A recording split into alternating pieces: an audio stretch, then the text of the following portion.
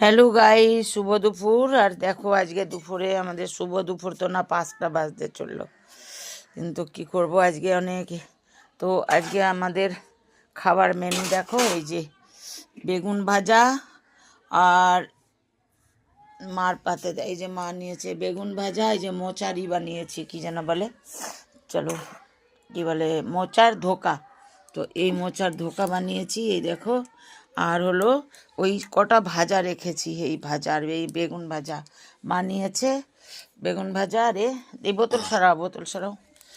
আর এই যে লাউ ঘন্ট করেছি বড়ি দিয়ে, কলার ডালের বড়ি দিয়ে, আর কি দিয়ে, এখানে জায়গা করো, বড় থালা রেখেছিলাম না তোমার জন্য তরকারি ঢেকে। বাবা এত ছোট থালায় যে ভাত নেয়, যে কি বলবো। দেখো আবার বলবা এক গাদা দিস না। থাল খাবো না ভাত খাবো? থাল খাবা না ভাত খাবা, তরকারিটা তো আসতে হবে না থালার মধ্যে। তোমরা তো জানোই যে আমি যেন বড় থালাটা রেখেছিলাম।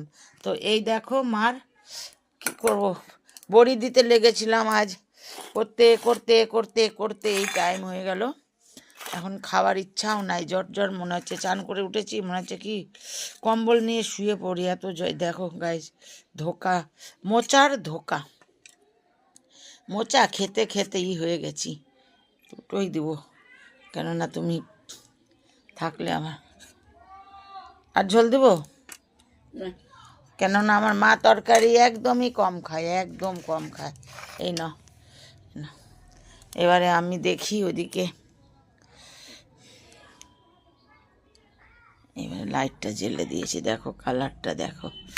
মোচা ছোলার ডাল দিয়ে মিক্সি করে, মোচাটা একটু সিদ্ধ করে নিই, আর ডালটা বেটে আর ওটাকে দিয়ে মিক্সি করে, আর ধোকা যেরকম করে বানা ওরকম বানিয়ে নিই, কেন ওটাই আমাকে বেশি ভালো লাগে।